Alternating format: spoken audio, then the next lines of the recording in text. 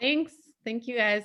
So great to see everyone out there as we continue to be physically distanced, but socially connecting through this area of the world, throughout the world, sort of this global connection that we've had.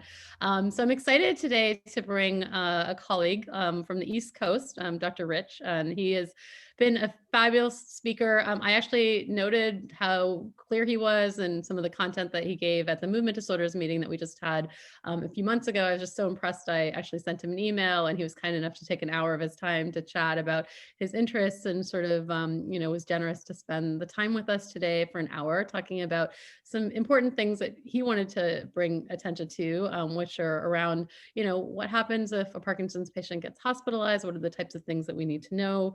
What do you need to know as a patient and a caregiver as well? And I think this is really timely given the fact that we're dealing with uncertain times. Sometimes people there are some of our patients that are even getting sick during this COVID timeframe for various reasons. So we won't be specifically talking about COVID, but just generally about the hospital care and types of things that we need to know about patients with Parkinson's. So I wanted to get to have the group learn a little bit about Dr. Rich and his background. So Stephen, would you be able to tell us a little bit about kind of what inspired you to go into neurology and what, led you to become a Parkinson's doc, and a little bit about your journey and where you are now? Right.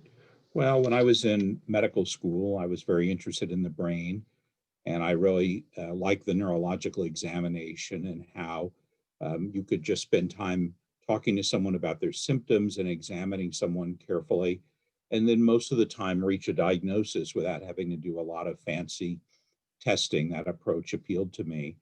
I was a resident under Dr. Robert Daroff at Case Western in Cleveland, and I was really interested in a lot of things. Dr. Daroff was a neuro-ophthalmologist, and so I've always had a strong interest in eye movements. But in terms of Parkinson's, I think what did it was that in my continuity clinic at the VA, the patients over the years that I really got closest with and I think enjoyed most interacting with were those with Parkinson's. And again, I liked that it was sort of a low-tech approach by spending time talking to people and examining them.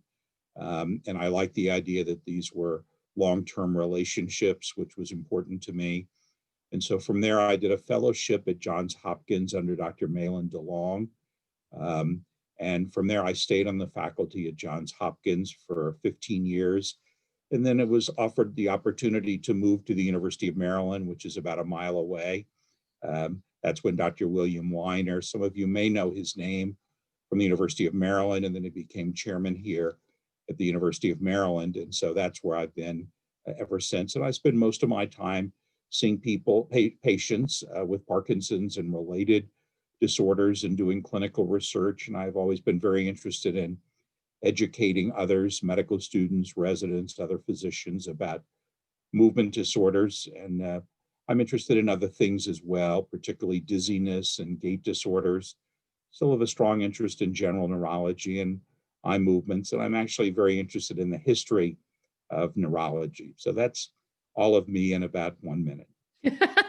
That was very succinct. Well, just thank you for the work that you do and your educational skills, because I learned a lot at your talks at the Movement Disorder Society meeting. So I look forward to hearing a little bit about your presentation. I know you put some slides together, so I'll let you, without further ado, sort of present those to us and teach us a little bit about the hospitalization of Parkinson's. Good, good. Let me just go here and let's see now if we can get going here. Let's see if that will do it. So hopefully you can see them okay. And so what I wanted to talk about was hospitalization and Parkinson's. I mean, hopefully this is something most of you won't have to be concerned about. And then the question is, why did I choose this topic and why is this important? There are a number of reasons. We know that people with Parkinson's are hospitalized at a greater rate compared to those who don't have Parkinson's. And often, if you have Parkinson's, you're more susceptible to certain complications, which we'll talk about. So the hospitalization is likely to last longer. And we know that people with Parkinson's, compared to Those who don't have Parkinson's are at higher risk for complications. And many of these can be anticipated and prevented. So I think if you're wary of this, if you're knowledgeable, it's very powerful. So increased risk of complications. Any of you who've been to a hospital will recognize that most of the time the medications are not written the way that you take them at home. And we're going to come back to that. And sometimes patients are prescribed, or people with Parkinson's are prescribed medications that are actually contraindicated and may make Parkinson's worse or make the medication less effective. It's not uncommon that people are given medications that can exacerbate pre-existing problems with Parkinson's or create new problems. And we're going to talk about each of these in a bit more depth. And again, as I mentioned before, many of the risks associated with hospitalization and Parkinson's are preventable. So the question is, why are people with Parkinson's likely to be hospitalized? And this was a large study from Australia. And I don't know if with the pictures here, you can see the right side of this graph. It's not so important, but the point is that many of the reasons that lead to Parkinson's are not related to Parkinson's, cancer, heart disease, et cetera, just incidental. But people with Parkinson's disease have a number of vulnerabilities that make them susceptible to hospitalization, fractures, usually with falls, pneumonia, particularly aspiration pneumonia. It didn't separate out the GI disorders. Certainly constipation is a problem with Parkinson's, impaction, urinary disorders, particularly urinary tract infections. And we're going to come back and talk more about this, sometimes complications of dementia, and I'll come back to that. Encephalopathy is a medical term for sort of more acute diffuse brain dysfunction. It often goes by the name delirium or an acute confusional state. We'll talk about that a little bit more. And syncope is the medical term for fainting. So you can see here that a number of problems that many people with Parkinson's experience can reach the point or the level of seriousness that require hospitalization. And this was another sort of similar study that looked at a number of admissions in terms of why people with Parkinson's are hospitalized. And when you look at the hospitalizations to the neurology ward, most of these were direct complications of Parkinson's, motor complications, maybe problematic fluctuations, psychiatric complications, and we're going to talk about these. If you look at why people with Parkinson's were admitted to a non-neurology or a general ward, again, falls. The big problem here usually falls with injury. But you can see of the rest of them to a general ward, most of the time it was something else, although I'm not so sure that some of these, quote, something else's were not, again, connected to Parkinson's disease, like urinary disorders, infections, and we're going to come back and talk about this.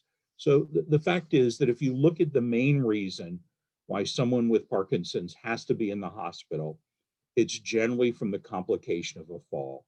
So I'm going to come back and talk about what we really want is not just to deal with a complication once someone's hospitalized, but to keep you from being hospitalized in the first place. So again, just keep falls way up on the top of your list. So let's talk a little bit about medication problems once someone is hospitalized. And I think many of these can be prevented.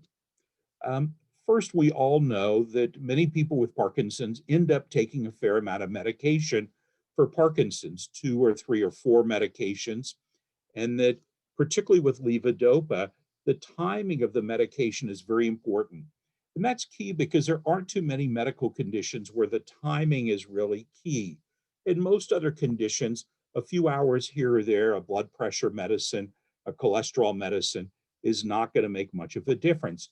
But with levodopa, for many people, even 10 or 15 minutes can make a big difference here. And in fact, people who don't care for patients with Parkinson's aren't really keyed in about that important fact. They're not familiar with some of the medications and don't appreciate that timing is very important here.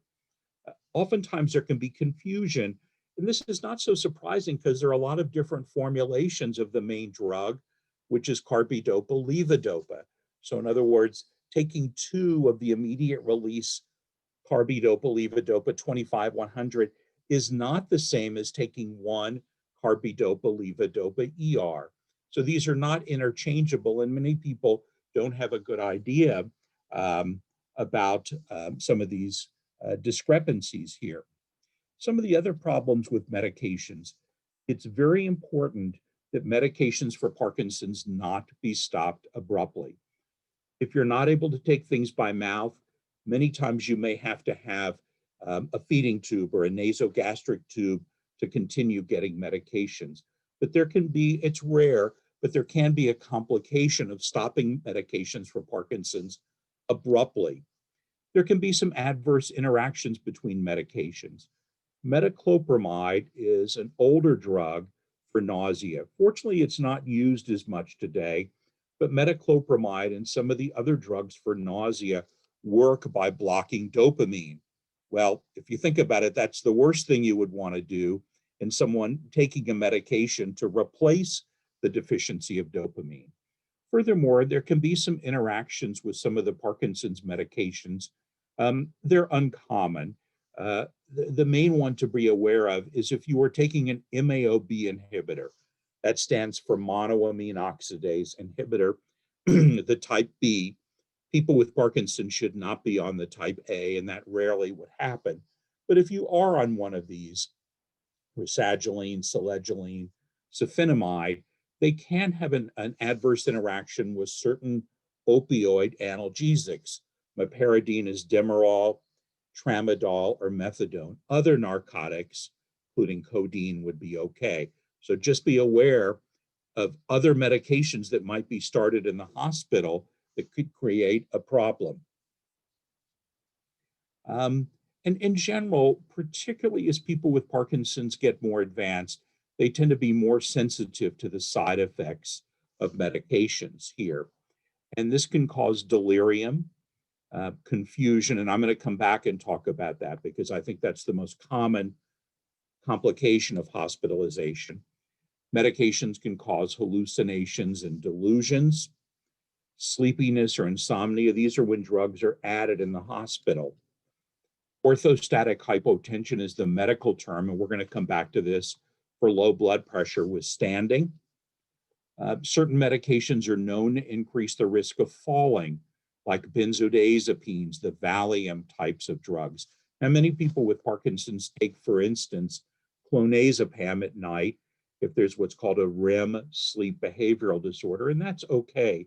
But this is when someone with Parkinson's goes into the hospital and all of a sudden it's prescribed Valium 5 milligrams at night to help someone sleep, or lorazepam.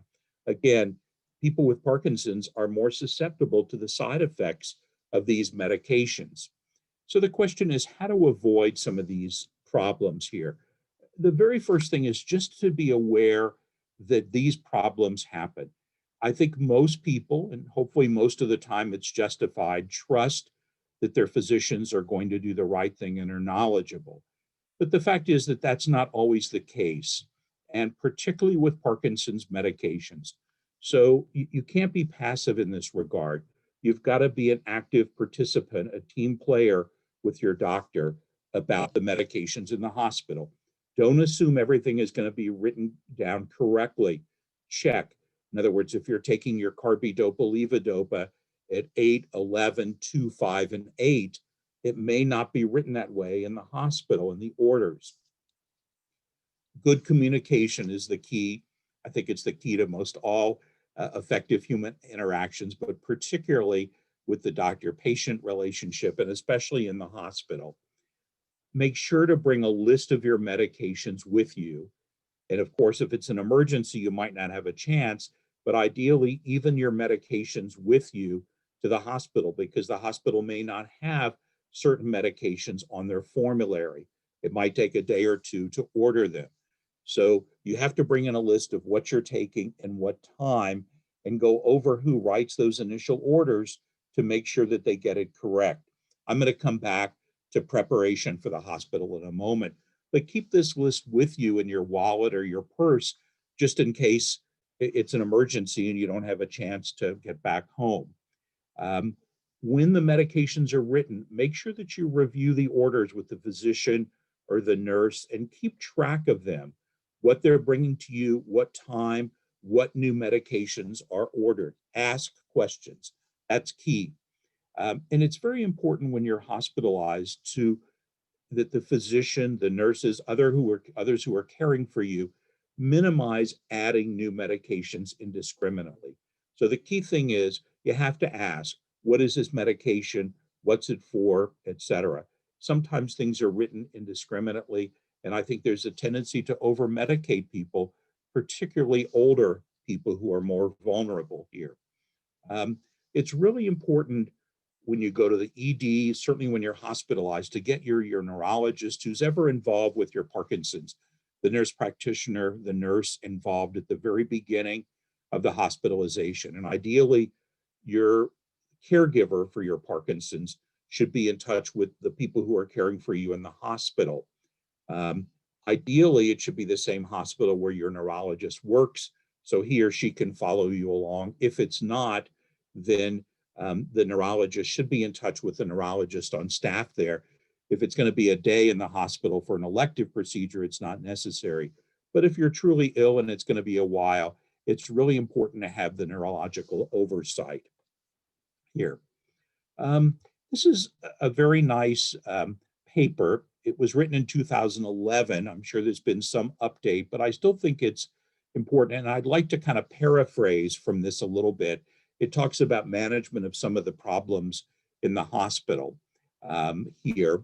And going through some of these, let's see, I can't read my first one, but I believe, let's see if someone can see that. It says infection.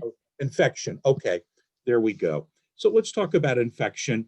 And not everyone, but people with Parkinson's disease are more vulnerable to certain types of infection. And again, I know this can be difficult to hear about, but the point is that if you're knowledgeable about the potential things that can go wrong, that's the place to try to intervene. So people with Parkinson's are at more risk for it. And I don't know why it's not, let's see if I can get it there. For some reason, it's not advancing. Um, there we go. All right, so there are really three types of infection that I want to bring up. One is aspiration pneumonia. This is not only a cause for hospitalization in someone with Parkinson's, but once you're hospitalized, this can be a complication. So who are the people who are most vulnerable? And it's not everyone with Parkinson's disease, but it's especially those people who prior to the hospital are already having some trouble swallowing. And one of the clues about trouble swallowing is coughing, either that you see with yourself or your care partner that you see, if you're a care partner that you see in the person with Parkinson's, often coughing, particularly while drinking and sometimes eating, can be a clue. So if someone's already having trouble swallowing, they're at increased risk for developing aspiration pneumonia in the hospital. Generally, this is a complication seen in people who have more advanced Parkinson's and Parkinson's complicated by dementia. Not everyone with Parkinson's disease gets dementia. It's not an inevitable consequence. So I don't want to scare anyone, but it's known that people with Parkinson's are, in fact, at higher risk.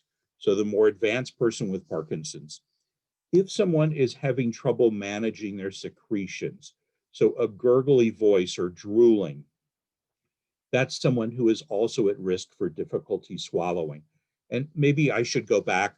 I kind of assumed that you might have known what aspiration pneumonia was, but that was wrong on my part.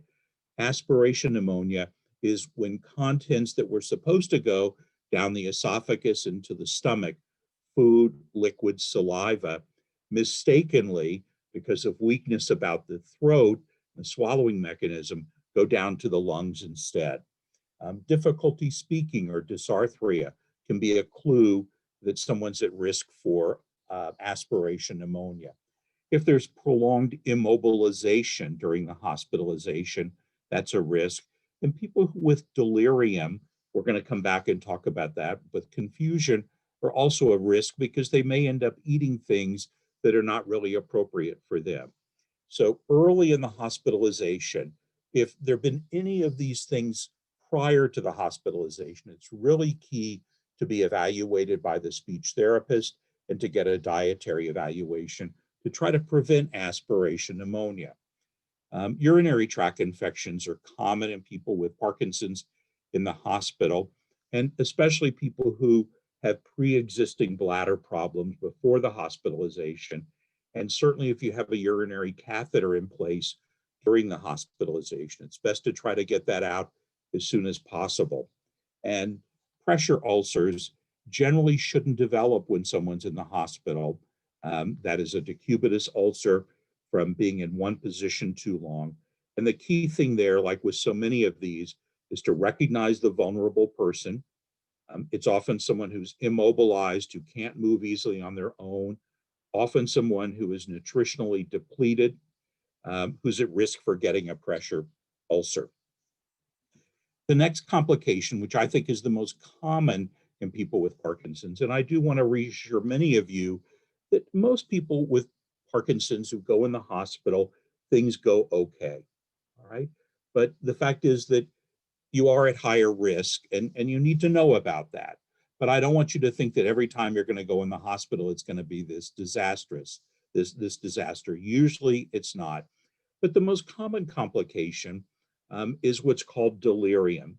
This is actually the most common, the reason that we're consulted as neurologists, not just for people with Parkinson's, but just on our regular consult services, people who have confusion, particularly post-operative, or people who are in the intensive care unit, or who have been in the hospital for a while.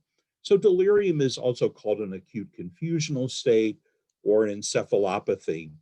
And what are the features of delirium? Again, this confusion, but one of the hallmarks of it is inattention, the inability to maintain vigilance, to see through a task or an appropriate sequence of tasks. And I'm going to talk a little bit more about that. There's disorientation in terms of what time of day it is, where you are, even who family members are. Poor memory.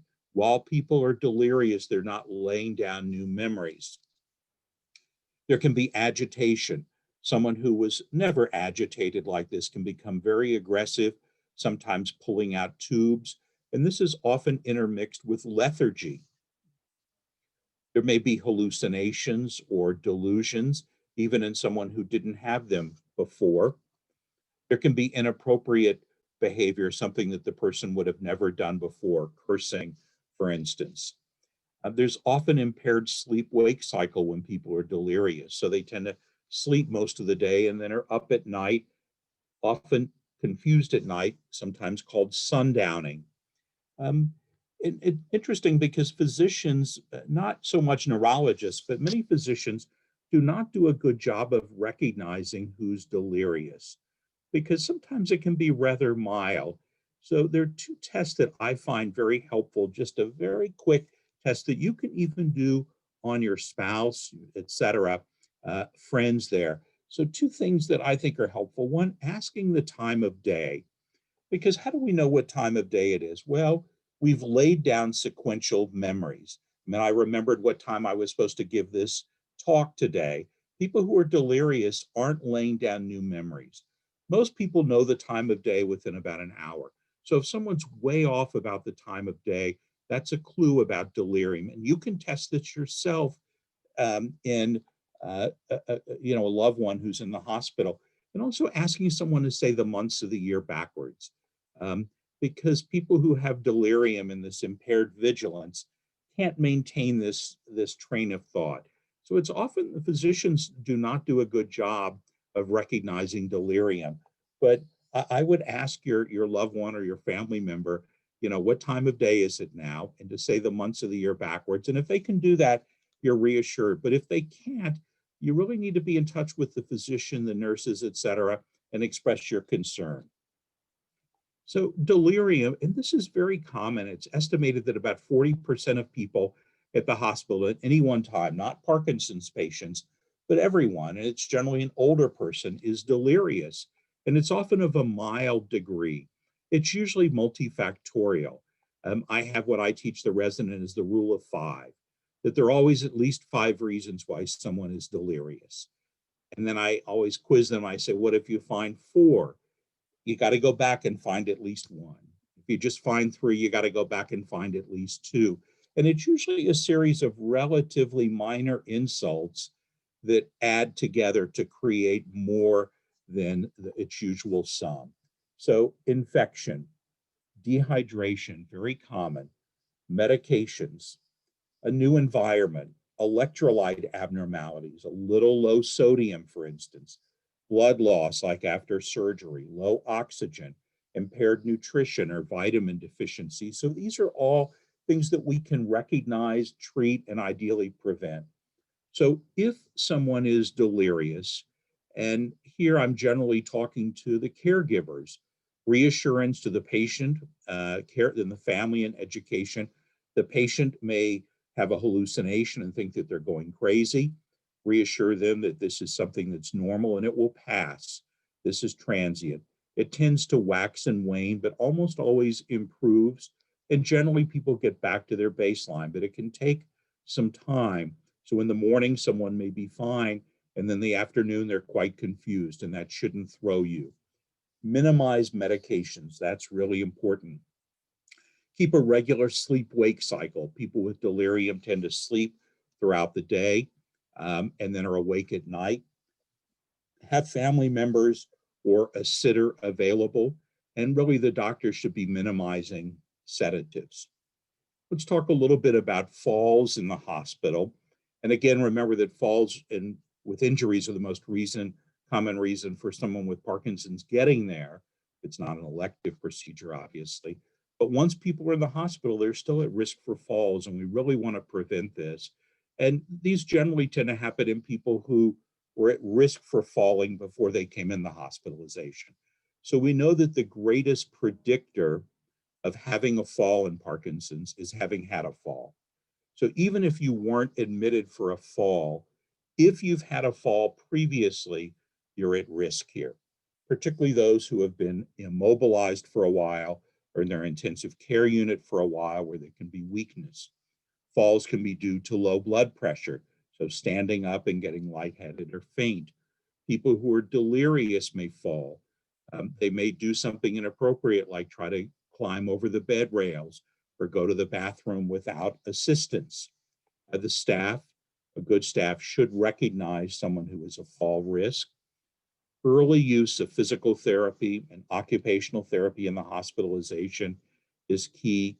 And if you're slowly rehabilitating in the hospital, even if you weren't using a walker, and I prefer a 4-wheeled rollator rather than the little aluminum walker, using a walker at least temporarily can be very helpful.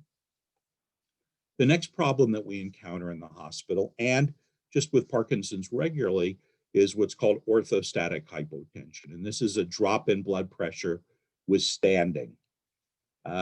This is a common complication of Parkinson's itself and the medications for Parkinson's, but often when people are hospitalized, they may be put on additional medications that will further lower their blood pressure, or they may get dehydrated. So if you didn't have orthostatic hypotension before, it may be caused or affected in the hospital. It's often unrecognized. And again, the main symptom is dizziness, lightheadedness, feeling of fainting, and even actual fainting with standing. As I mentioned, it's a complication of lack of fluids, and people who are dehydrated often do not drink enough or medications. And the key thing is, and you have to get with the staff on this, and the neurologist should know, you have to check for it. You can't just eyeball it. So you have someone lay down and check their blood pressure, stand up for 3 minutes and see what happens to the blood pressure. It shouldn't drop down by more than about 20 millimeters, the top number, or 10 millimeters, the low number. So if someone's checking for that, that will identify someone who's at risk for having a fall due to low blood pressure here. And we'll go through a few more, then there'll be plenty of time for questions. But we know that a deep vein thrombosis or phlebitis, that is a blood clot in the leg, fairly common complication anyway in the hospital, particularly with prolonged immobility. And in almost cases, in almost all people who get admitted to the hospital who are either immobilized from an underlying problem or will be immobilized, they're generally treated preventatively for a deep vein thrombosis, like getting injections into the abdomen subcutaneously of heparin, which is a blood thinner, or another similar blood thinner, or the compressive stockings, or the so-called pneumatic stockings that fill up with air and squeeze the blood out, and then they relax. But the key thing there is early immobilization, trying to minimize prolonged bed rest. Let's talk a little bit about neuropsychiatric problems that can happen. These are common in Parkinson's disease, but some of them can appear for the first time while hospitalized. I've already talked about delirium, but anxiety, and this is generally with a more prolonged hospitalization, or depression, even if they weren't pre-existing problems, can show up for the first time during a complicated hospitalization. We know that anxiety and depression are very, very common in Parkinson's. So if it's pre-existing, it can exacerbate. So again, it's very important. I really kind of teach, and I always try to remember myself, just with everyone with Parkinson's I see, simply to say, how are your spirits holding up? Um, and so again, and if you're feeling depressed or anxious, you have to let us know. Uh, Particularly with prolonged or complicated hospitalizations, being very frustrated about your limitations or being demoralized. Um, those kind of overlap with depression and anxiety, but they're not really the same. Hallucinations and delusions, often in the setting of delirium, but these can occur for the first time in the hospital. And particularly problems with sleep in the hospital, sometimes from new medications, pain, being uncomfortable, not getting the Parkinson's medications if you're used to getting them on time or near bedtime. Insomnia can be very challenging in the hospital, either trouble getting to sleep or staying asleep, fragmented sleep, a tendency for daytime sleepiness, and what is known as a REM sleep behavioral disorder, which is a very common problem that often precedes the motor signs of Parkinson's. Very common once someone has clear Parkinson's disease. And just briefly on this, normally during REM sleep, it's where we dream. And during REM sleep, we get what's called muscle atonia. The muscles relax. Well, in people who are vulnerable to getting Parkinson's or already have Parkinson's disease, they have REM sleep, but without the atonia. So they can end up acting out on the dreams. They can jump out of bed like they're being chased, or strike the bed partner, fight in the air. So sometimes these can occur for the first time or be apparent during sleep, to be aware of that. And we'll have plenty of time for questions, but I want to spend a moment just talking about caregivers. We've talked about all the challenging things that can happen to someone with Parkinson's, but caregivers, it's needless to say, I don't have to tell all of you, but a very challenging problem, and particularly when your loved one is hospitalized here. And so I think for caregivers, particularly with hospitalization, if it's prolonged and complicated, there's a feelings of helplessness and hopelessness. You can see someone struggling and feel like there's not too much you can do. Poor communication really can take a toll on people. You feel like you just don't know what's going on. This is very common today. Your neurologist may not work at that hospital. Often inpatients today are cared for by a hospitalist rather than your primary care physician. So someone who's new to you, they often take shifts. And so just as you're getting to know someone for a couple of days, a new person comes through. It's even hard, even when one of my patients get hospitalized, when I called to another hospital, sometimes it's difficult to find out who's in charge, who's the attending. So that can be very frustrating for the caregiver, and that shouldn't really happen. Caregivers often experience fatigue and sleep deprivation, particularly if you're spending a lot of time at the hospital. Your spouse, your friend, mate, partner is no longer with you. So there can be isolation and loneliness while you're still at home.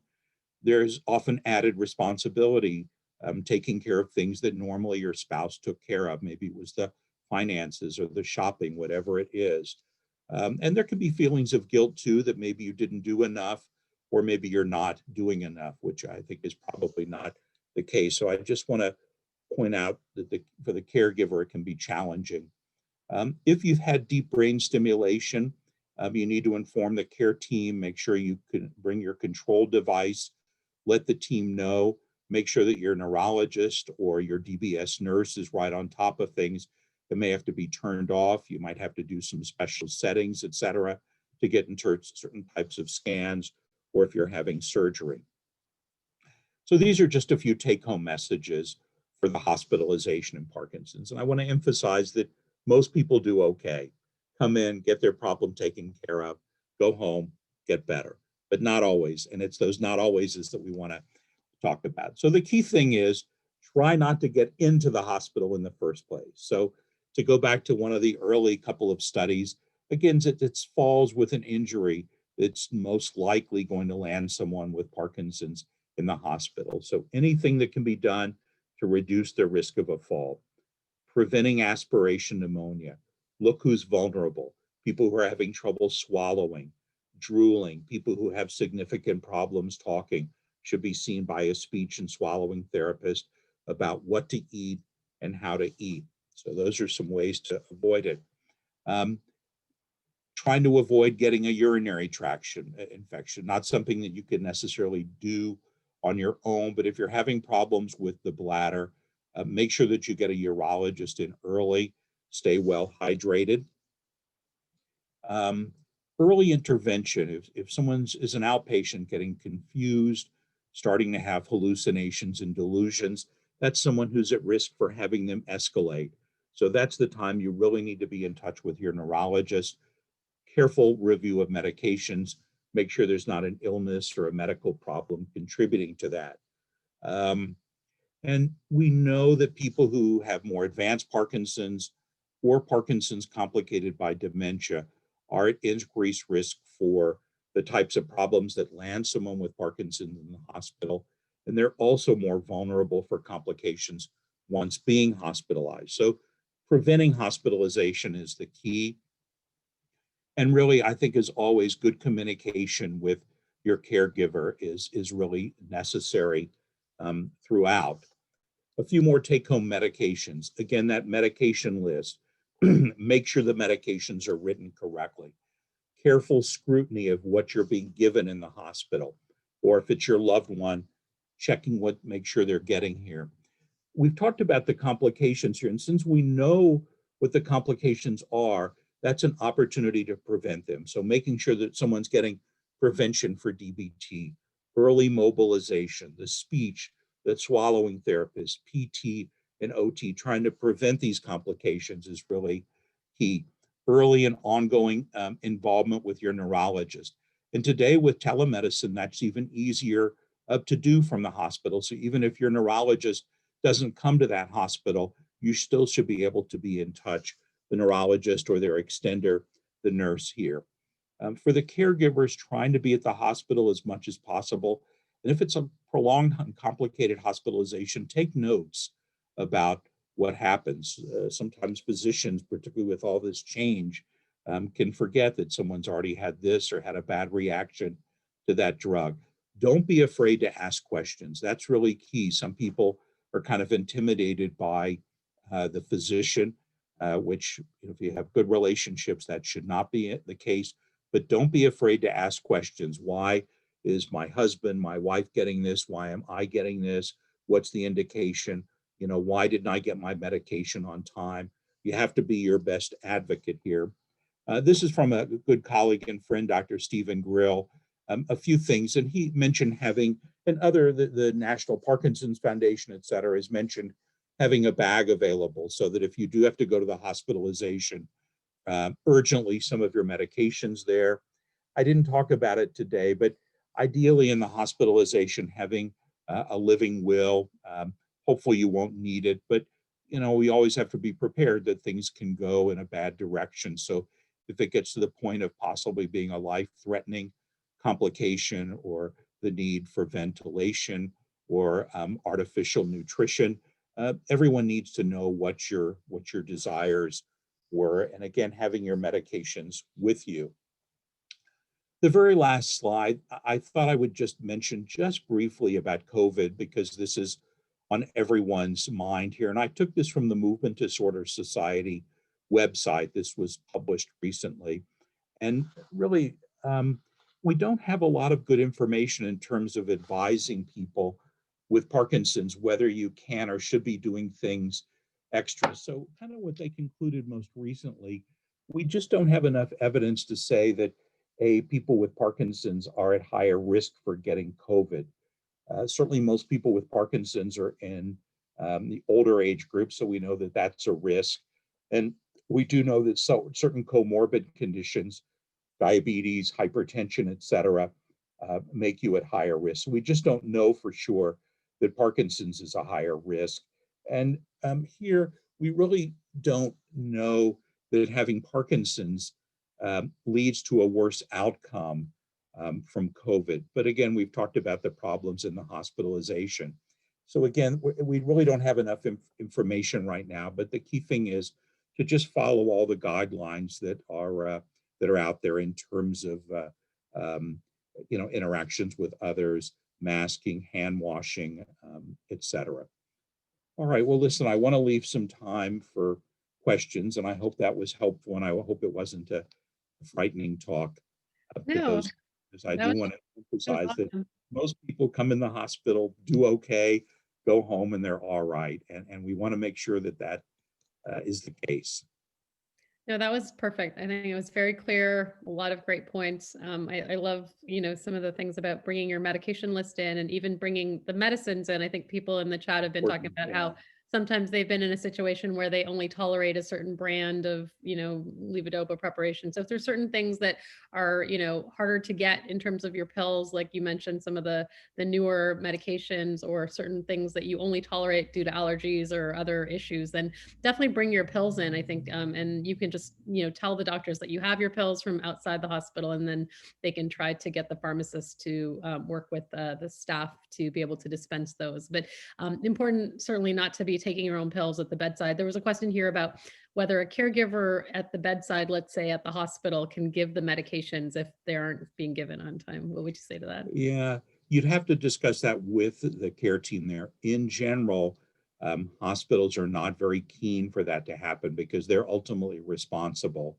um, for it. That can be a challenging, for instance, if you're getting your medication every 3 hours, often it's kind of difficult for the nurses to do that. So under special circumstances, maybe, but as a routine, generally the medical and the nursing staff is not very amenable to having people give themselves their medication. That seems reasonable. And you showed the picture of the care kit. I think you can order that from the Parkinson Foundation. Oh, There's okay, also, good. there's also a question about is there a publication that you have handed out to people to give to, let's say, a hospital staff? I know at the VA we have a hospital kit for our Parkinson's patients in the PADRICs, the Centers of Excellence, that's available, that does list, the medicines like you mentioned, the Yeah, certain vomiting medicines and certain antipsychotics that would not be good. yeah, But yeah. I don't know if there's anything that you specifically generally have I handed. don't have a list. I mean, it's kind of on the things that I really would like to try to get done. I agree it's important. I usually talk to people, and I think that list is important, but I think also getting your or a neurologist involved early is key to look over the medications. Yeah. So there's a question here about, the fact that there are these hospitalists and how you had mentioned that that leads to sometimes discontinuous care and sometimes, you have an outpatient neurologist, and how would you sort of balance sort of the role of the hospitalist versus the outperson neurology person that you have? Right. Well, I think the key thing is as soon as you're hospitalized, the hospitalist and your neurologist need to connect, or a nurse who's involved with your care. And if it's not at a hospital in our system, then I'll usually like to fax my last clinic note. But now, at least we use Epic, and many, many hospitals have that available. So another physician should be able to pull up my last note. But again, I think it's really connecting by phone, by email, whatever it is, the two physicians or the nurse and the nurse practitioner who are involved with you is really the key to make sure that the medications are written correctly. But again, you've got to be your own best advocate, and don't trust that the medications are going to be written down the way you take them at home. Absolutely. There was a mention here about now with COVID, the fact that the caregivers often are not I allowed to go know. to the I hospital. know. Do you have any tips for how to navigate that situation? Well, I mean, certainly telemedicine is one, and certainly not just telemedicine, but through Zoom, other platforms, it's easy enough to keep track a caregiver of their husband, spouse, partner who's in the hospital. I think that's one way that you can do that. Under certain circumstances, I know they will let a spouse, partner be there as a guest, but I think it's probably going to be by video conferencing, texting, careful email, et cetera, is probably the best thing that you can do, and find out which doctor is in charge. And unfortunately, that changes often every couple of days. Yeah, it's added another whole layer of increased stressors with Yeah, the COVID yeah, situation. There's a question here about a patient who's going for a hip replacement, and what is your sense of anesthesia in yeah. Parkinson's patients? Really, there isn't any contraindication to almost all forms of anesthesia. Um, and most anesthesiologists will let people with Parkinson's often take their medication right up until the time of surgery. For most people, if you have to miss a dose or two right before or right after, it's generally not going to be too much of a problem. Um, but I usually leave it up to the anesthesiologist. I don't think there's one type that's really more problematic or necessarily safer in someone with Parkinson's disease. And then the other questions, there's something about, if you are a patient who's on Duopa and you go to the Yeah. hospital, have you had patients like that and how you've continued? Yeah, it's funny. I really haven't had anyone with Duopa who's had sort of an urgent hospitalization, but inevitably that's going to happen. And the key thing is, they have to take their cartridges with them, try to stay on the Duopa. That is something that they'll have to do themselves. If worse comes to worse during the hospitalization, you could convert them back to oral carbidopa, levodopa, but we'd prefer not to do that because the reason that they're on Duopa is because they weren't doing well on regular carbidopa, levodopa. So that's a time where really there has to be good communication. You have to have the cartridges yourself. You should be able to administer it yourself. And I think the medical staff should be accommodating there. Now, obviously, if you're what's called NPO, nothing by mouth, that can be a bit of a challenge there. But it would have to be done on a case by case basis, and you have to take those cartridges with you and ideally continue with that unless there's some real particular GI problem where you can't. You're having GI surgery, for instance. That sounds good. So yeah, there's a few links here in the chat about the get the Aware in Care bag from the Parkinson's Foundation is what that Okay, bag is good. called. And so we'll link that next to your talk when we put Yeah, it up on our website here. And then another question about when we're treating patients, let's say currently with the current COVID treatments that are out there, if somebody's hospitalized, I guess that would include things like steroids, the possible remdesivir, I guess, and things like that. Do you know of right. any contraindications with that in a Parkinson's patient, or are those medications okay to take in our patient population? They should generally be okay. I'm not aware of any complications per se. I mean, with higher dosages of steroids, it can cause insomnia. But in general, um, I don't think that should be too much of a problem. And often that's in someone who really, is on a ventilator and more severely um, ill. So again, there's this risk for all the other complications. But I'm not aware, unless you are into, of Mm. any of the drugs normally used for COVID being contraindicated for someone with Parkinson's. No, I think that just with the steroids that are commonly used, that sometimes that can affect mental state too. So it can affect, sometimes make somebody a little bit more manic or Mhm. psychotic, like you said, insomnia sort of can set in, and also can alter, sort of, the delirium kind of aspects, I think, a little bit more in our patient population. So, and I think if you do have the tendency towards breathing issues with some of our patients in terms of their stage of disease and things. If you did get sick from COVID, we would expect you to have a harder time if you do have breathing issues and things to kind of get through. So we just want to keep our patients as safe as possible. And, we would definitely, stress trying to, stay on the most cautious aspect of the mask wearing and the social distancing, as many of our patients are doing, luckily. So we just want to keep everyone safe out there. So a lot of comments here about how clear your style of presentation is and how much people are appreciating your knowledge and things like that. Just really appreciating sort of this presentation in general. A question about somebody said, can they put you in their pocket if they need to, if they get hospitalized? I guess that's a compliment. So many good compliments here. Another question is about discharge. So, when you're going home from the hospital, let's say, what are some things that you recommend people tell the team before they get discharged, if they're a Parkinson's patient? Sure. Well, I guess the first is sometimes people with Parkinson's after a long hospitalization will end up going to rehabilitation. And, if your mobility, if your strength is much worse than when you came into the hospital, then that would be a reasonable thing to consider, that it might be worth a couple of weeks in rehab, getting your strength back before you go home. I think when you're discharged, a careful scrutiny of any new medications that have been added to the list. That's very important, making sure that you absolutely need them. I think also, particularly after a prolonged hospitalization, as I mentioned, orthostatic hypotension can get worse. So I think sometimes someone's been bedbound for a while and then all of a sudden they get up, ready to go home, and the next thing they know, they're picking them up from the floor. So careful attention to orthostatic hypotension. Make sure that none of the Parkinson's medicines have been changed, or if they were changed, it was a favorable change. So I think those are the main things. Careful scrutiny of the medications. Are you really, able to go back home? And are you near the way that you were before you came into the hospitalization?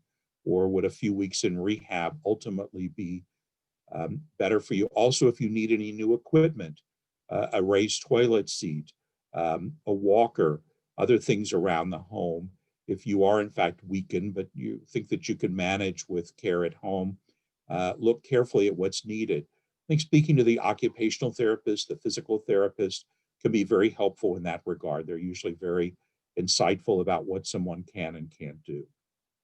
No, I think that's very reasonable. I think it is important. And I think if you're a caregiver of somebody and they look radically different and the caregiver needs are going to be hugely different, and you're, having, some concerns about your ability to provide for those needs, you need to tell people at the point of when you're leaving the hospital. Because if you go home and then start to have issues, it's much harder sometimes to arrange the help once you've left. But, leaving the hospital is often an opportunity to drizzle in sometimes home care or, send you to rehab, like Dr. Rich was saying, and things like that. So I think that is important to speak up and I communicate. think also a soon appointment with your neurologist, either by telemedicine, which we're doing mostly now, or in person, particularly if it's been a few weeks in the hospital, to really reevaluate things and make sure that you're back on track in terms of Parkinson's. I'm sorry about that. That's always a challenge No worries. from So home.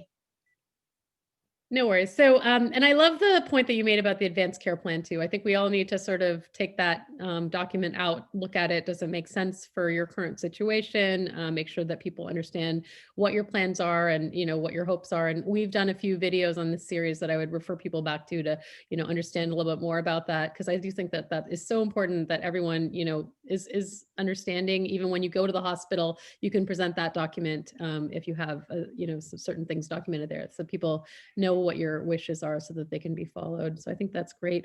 Dr. Rich, I think one question that I had. It looks like this person is continuing to call. You're very popular, it seems like. We're just almost at the end of our time here, but I wanted to just give you a few minutes to maybe tell us, because I know you've been in the practice of medicine for a long time with our patients with Parkinson's, and really gathered a lot of pearls and been an amazing teacher and mentor to so many. Maybe you could tell us a little bit about sort of give us some hope here as we enter the holiday season. I think a lot of people are kind of facing some fatigue in general, and with the COVID and everything. What is sort of your couple of points of like what spells success for a Parkinson's patient, and give us sort of your lifestyle, maybe success points, Yeah, or a couple of yeah, secret sauce yeah. points. Well, I'm talking to the converted because I think one thing that's really important is just being knowledgeable. And those of you who are here are people who are knowledgeable. So again, I think in my talk, I didn't want to scare anyone, but now you sort of know what kinds of problems you might confront. But I think in general, being knowledgeable about Parkinson's disease is really key. What are the medications available?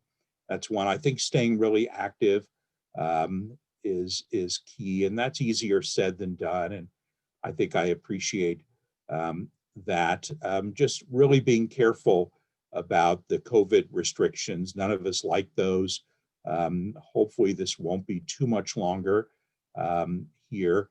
I think staying in touch with other people is very helpful and therapeutic. It's great that you have this support. I think finding things that are funny, and I say that just sort of myself. I find that therapeutic here, and so I think just finding things to laugh about every day can be very helpful. Pursue your interests. I think whatever they are, and I think taking the medications on time. I think trying to remain hopeful, and I would say also that if you are getting depressed or anxious, both of which are common in Parkinson's disease, say something. Um, Physicians often do not do a good enough job of screening for that. They're common problems, they're treatable problems, and they really take a toll on people's quality of life. So that is one aspect of Parkinson's that's overlooked and undertreated. So I think really paying attention to that. If you're just finding that you're in a low mood most of the time, that things aren't cheering you up, that you're losing interest in things, that you have low energy, that you may have trouble sleeping, that you're feeling anxious about things, a sense of foreboding above and beyond just with COVID. I think those are things that we really need to know about because you can be helped. So that would be off the cuff, just a couple of things maybe to help people. That's awesome. Well, thank you so much for your time. I know you've been trying to fit us in between a lot of other things that you're trying to deal with over there. So we really, really appreciate it. You have Okay. so many great comments here. The gang here will download them and send them your way, since I think it's important for you to be able to read how meaningful this presentation's been Right. to our group here. So Yeah, thanks so yeah. much, Dr. Rich. We really appreciate it. Happy holidays to you and your Same. family. Stay Well, safe, everyone out there. good, I will good, pass it back to Rebecca with PMD Alliance, and good. for our final goodbye wave. Yes, thank you guys Okay. so much. And before we do our goodbye wave, I wanted to tell you something very exciting from PMD Alliance. For those of you who have smartphones, an iPhone or an Android device, we actually just launched a brand new app that will allow you to find online and in-person support groups, activity groups. So if you have been struggling to find that thing to keep you moving or keep you engaged, you can download that from the App Store or the Google Play Store. It is called PD and Me. I just put it in chat. So that's PD ampersand and me. There's no space. So search that in the app stores. There will be some information coming soon about those, but hopefully you guys, that will help you get a little bit more connected during this time, during the holidays, work off some of those holiday pounds. All of that. So now if everybody wants to turn their cameras on, we are going to do our goodbye wave. Thank you, Dr. Rich. Thank you, Dr. Subramanian. And we will see you guys later this week. Okay. Thank you for asking me to speak. I appreciate it. Appreciate it. Thank you. Bye, guys.